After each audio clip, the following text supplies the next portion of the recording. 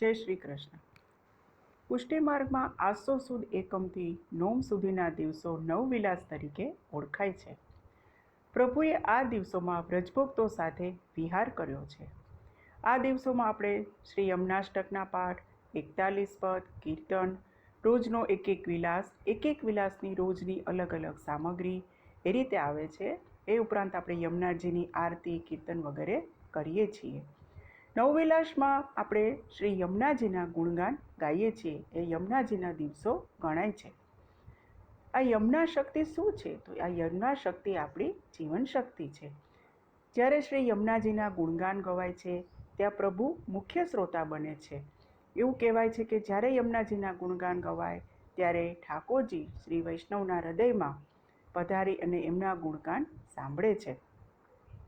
શ્રી યમુનાજી દૈન્ય ભાવવાળા અને સ્વકીય ભાવવાળા એવા બંને ગોપીજનોનો સ્વીકાર કરાવે છે. બ્રજમાં યમુનાજીની આજ્ઞા વગર પ્રવેશ શક્ય નથી. લીલી પરિક્રમા કરવાવાળા વૈષ્ણવો પણ પ્રથમ શ્રી યમુનાજીનું પાન દર્શન કરી અને વ્રજયાત્રાના નિયમો, સંકલ્પ વગેરે કરે છે અને પછી જ તેમની પરિક્રમા ચાલુ કરે છે. કહેવાય છે કે જો કોઈને તમે યમુના પાન કરાવો તો વ્રજયાત્રા કરાવવા બરાબરનું પુણ્ય છે. અને આપણે તો ગાઈએ છીએ કે તું તો ઠાકોરની ઠકરાણી, શ્રી યમુના મહારાણી, વૈષ્ણવજનો એ વખાણી, શ્રી યમુના મહારાણી. વ્રજના દેવી કોણ છે? તો વ્રજના દેવ શ્રી યમુનાજી છે. અને શ્રી ગિરિરાજજી દેવતા સ્વરૂપે બિરાજે છે. અને શ્રી યમુનાજીના એટલા બધા ઘાટો છે, પણ દરેક ઘાટની પોત અલગ મહત્તા છે. યમુનાજીના દર્શન આપણે 3 દ્રષ્ટિએ કરીએ: આધિભૌતિક, આધિદૈવિક અને આધ્યાત્મિક. એ ત્રણેય દ્રષ્ટિએ આપણે શ્રી યમુનાજીનું દર્શન કરીએ છીએ. એ આપણે આગળ જોઈશું. એ ઉપરાંત આપણા જે અષ્ટસખાઓ સુરદાસજી, ચિત્તસ્વામી, ગોવિંદ સ્વામી, કૃષ્ણદાસજી આદિ ભગવદીઓએ પણ શ્રી યમુનાજીના ગુણગાન ગાયા છે. યમુનાજી કેવા છે? એ તો પાપનાશિની, પાવનકારિણી, સંતાપતાપહરિણી એવા શ્રી યમુનાજી આધ્યાત્મિક રીતે અનંત શક્તિઓવાળા છે. યમુનાજીના 41 પદમાંનું એક પદ કે જિનકે ગુણ સુનન કો લાલ ગિરિધરન પિય આયે સન્મુખ તાકે બિરાજે. અને આપણા હરિરાયજી પણ ખૂબ કહે છે એમના માટે. શું કહે છે વલ્લભ સાખીમાં? હરિરાયજીએ તો પહેલાં આપણા યમુનાજીના 41 પદમાંના પ્રથમ 4 પદ શ્રી હરિરાય મહાપ્રભુજીના છે. અને વલ્લભ સાખી છે એમાં પણ શ્રી હરિરાયજી શું કહે છે યમુનાજી માટે? કહે છે કે ઉભય કુલ નીચ ખંભ હૈ તરંગ જો સીડી માન, શ્રી યમુના જગત વૈકુંઠ કી પ્રકટ નિશયણી જાન. આ રીતે શ્રી હરિરાય મહાપ્રભુજી પણ શ્રી યમુનાજીનું વર્ણન કરે છે. હવે કહે છે કે શ્રી યમુનાજી સાથે આપણે કયો સંબંધ રાખો? તો શ્રી યમુનાજી તો આપણી માં તો છે જ. જો માનો સંબંધ રાખશો તો એ શું કરે છે? તો યમુનાજીના જો માં જેવો આપણે સંબંધ રાખીએ છીએ તો શ્રી યમુનાજી દુઃખ હરણી અને સુખ કરણી બની જાય છે. શ્રી યમુનાજી આપણા સખી પણ બની જાય છે. અને જો એ સખી બનશે તો હેત કરી દેત શ્રી યમુને વાસ કુંજે. એ આપણું યમુનાજીના 41 પદમાંનું 16મું પદ છે કે હેત કરી દેત શ્રી યમુને વાસ કુંજે. અને જે આપણું 40 નંબરનું પદ છે કે રૂપ દેત આપ જૈસી, દેત તારી કર લેત ઝટકે. અને આ રીતે એમનો હાથ પકડી અને શ્રી યમુનાજી રાસમાં પ્રવેશ કરાવે છે. શ્રી યમુનાજીને શિવ, બ્રહ્મા, દેવો એ બધા દેવો પણ એમની અહર્નિશ સ્તુતિ કરે.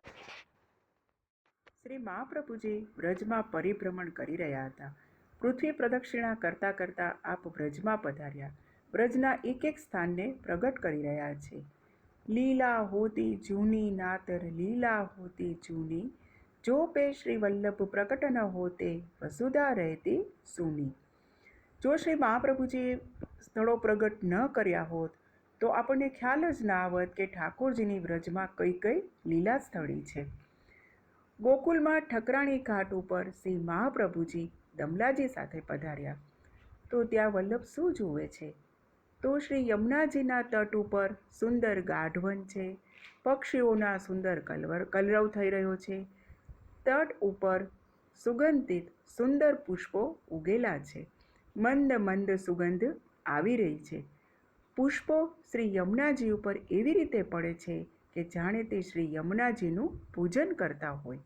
સુખ, મયુર, હંસના સુંદર કલરવથી શોભી રહ્યા છે કે જાણે એવું લાગે છે કે ગોપીજનો યમુનાજીની સેવામાં જોડાયેલ હોય. આવું સુંદર મનોરમ્ય દ્રશ્ય જોઈ અને શ્રી વલ્લભ અતિ પ્રફુલ્લિત થયા અને કહે, અરે દમલા, બંને ઘાટ તો જો કેવા સરખા લાગે છે.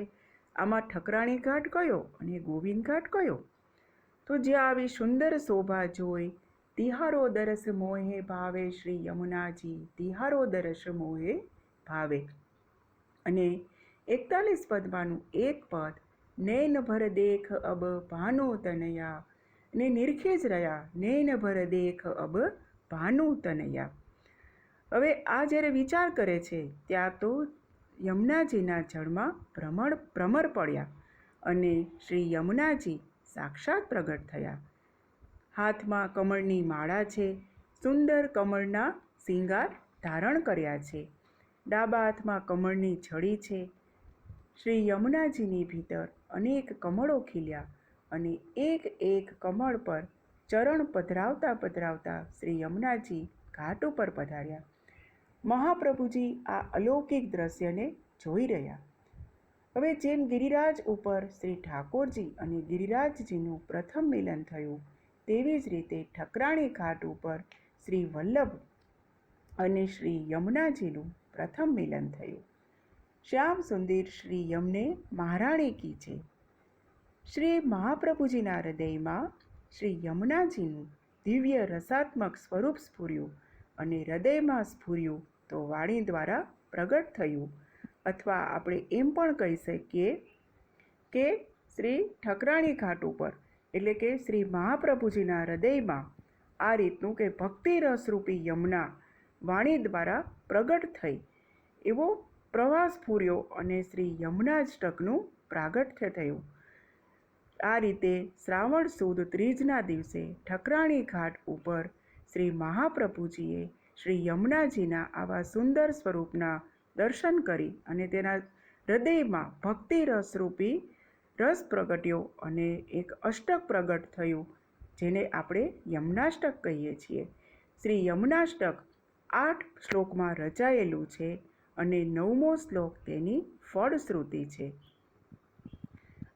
આવનારા 9 દિવસોમાં આપણે યમુનાષ્ટક, 41 પદ, અષ્ટસખાના પદ, શ્રી યમુનાજીના કીર્તન, એમના પ્રસંગો આપણે સાથે મળીને જોઈશું. પ્લીઝ